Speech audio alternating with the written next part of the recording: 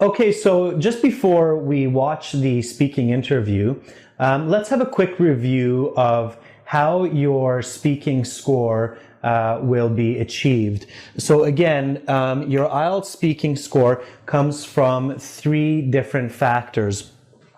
First of all, they will assess how natural your speaking is. This means your intonation and your enunciation. So does your voice go up and down correctly, similar to that of a native English speaker's? Also, do you use natural fillers like do you self-correct? So when you make a mistake, do you say something like, oh, excuse me, what I meant to say was, and then correct yourself? This is natural speaking. The second factor that will greatly affect your score is your coherence. So how coherent your answers are. Do you answer each question correctly and accurately? Do you stay on topic? Do you stay with the controlling idea? Again, remember, you can't just talk about anything and everything because you will lose scores. You do need to make sense. It needs to be coherent. You need to basically answer the what, why, how of each topic and controlling idea for the questions. And then after coherence, the third factor here is the complexity of your language. So are you able to use natural complex English, which means can you use adjective clauses to describe your ideas clearly? Like, for example, people who watch a lot of television should be careful to make sure that they exercise. So do you use complex grammar, present perfect, past perfect, progressive form? Can you make compound, complex sentences in your speaking? So do you join your ideas together with conjunctions like however, furthermore, in addition, because, since? So that's the complexity of your language. Now, the IELTS markers, when they listen to the recording of your speaking, will assess how natural it is, how coherent, and how complex. And these three, of course, they're not separate. They each depend on each other. So if your speech is natural, it will for sure be more coherent. If your speech is nice and complex, it's going to be more natural and more coherent. So these three elements are inclusive, not exclusive. And that's how you will get your final score.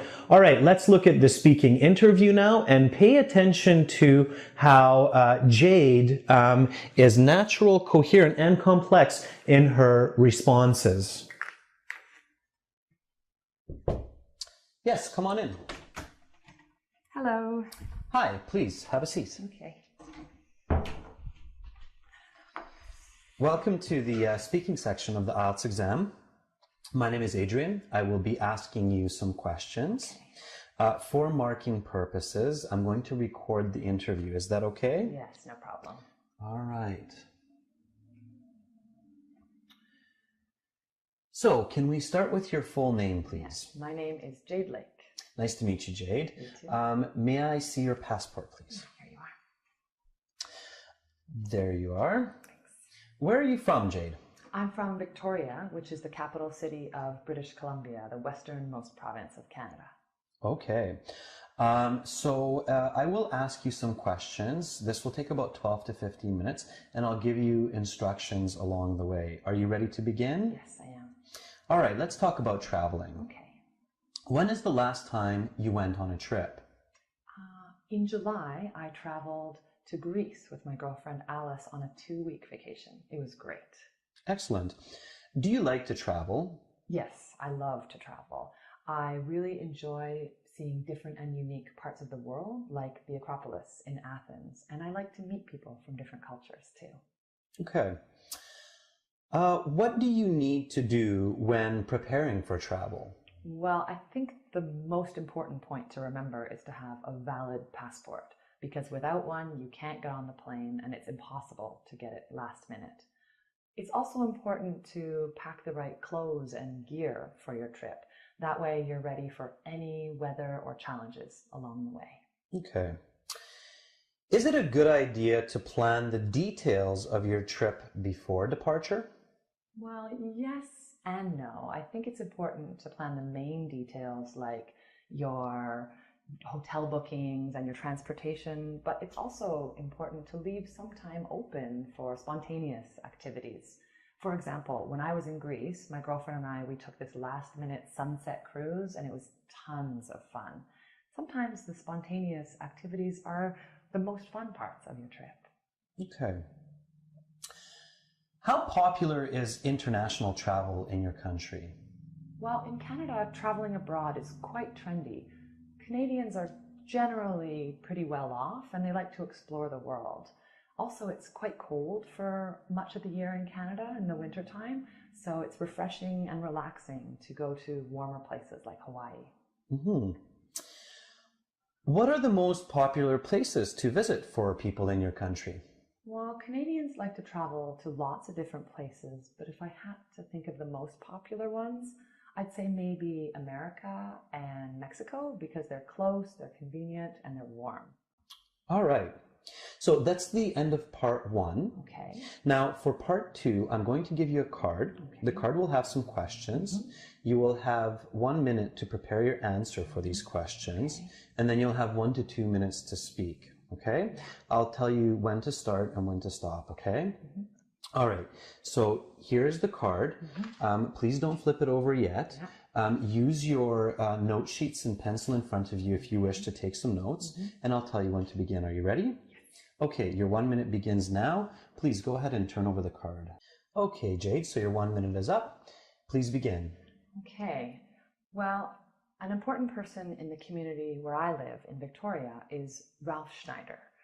Ralph is the current leader of the Liberal Party. They were elected about 2 years ago, and ever since then, he's been managing the affairs of the Saanich municipality for the past 2 years. So Ralph campaigned his way into victory with his encouraging words and his positive actions. He's a tall and charismatic man. He's in his mid-50s. Even before Ralph became the leader of the community, he was really involved in the community. He would help troubled youth. He tried to create jobs for the unemployed, and he always created these really unique programs.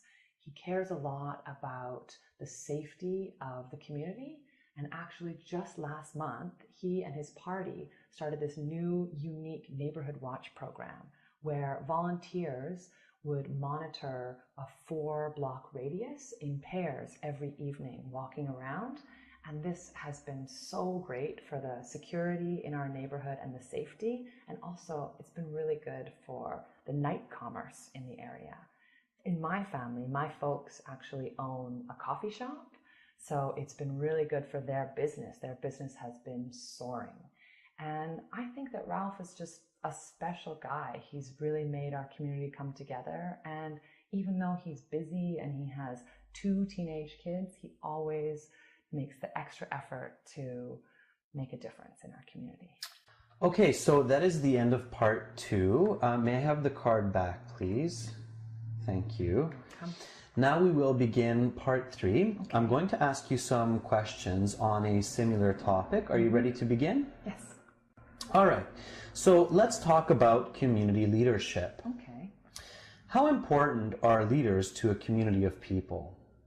Oh, I think that good leadership is absolutely vital for the progress and stability of a community.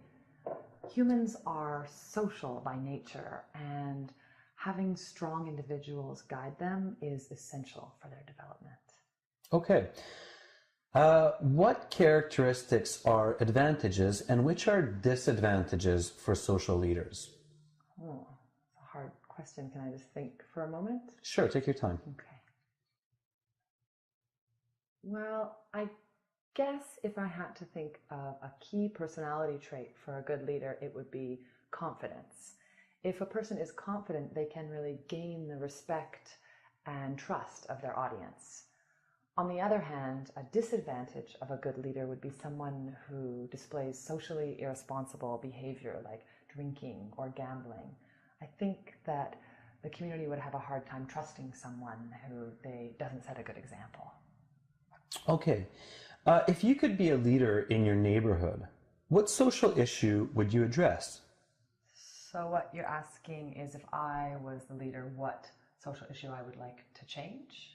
Yes, exactly. Okay, well, a hot topic in my community is the high cost of post-secondary education. Many students in college and university really struggle to pay their tuition fees. So if I was a leader, I would try and take a strong initiative to create some sort of program with either free or subsidized post-secondary education. Okay. I'm going to ask you some more questions about community programs. What are some important programs for communities to provide their residents? Well, I think that a very important program is athletics, because many people say a healthy population is a happy population. So I think it's important for the community leaders to ensure that the sports clubs like tennis and football are available and accessible to all of their residents. Okay. To what extent should governments be responsible for financial support of recreation centers? Well, like I said before, I do think that athletics and recreation centers are very important for a strong community. So I think it's vital that the government makes sure that recreation centers are well funded, well advertised, and attended by the public. Have the programs in your community changed much since you were a child? Oh, I've never really thought of that before. I guess when I was a child, most of the programs at the community center would be either age restricted or separated by gender.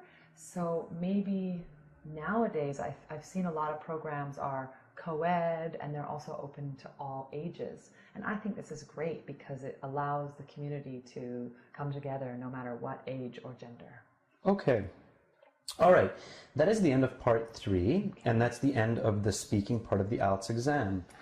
Thank you very much. Good luck with the rest of your exam, and your grades will be posted in about 10 business days online, okay? All right. Thank you very much. Nice to meet you, Jade. Thanks. Have a great day. Bye-bye. Thanks. Bye.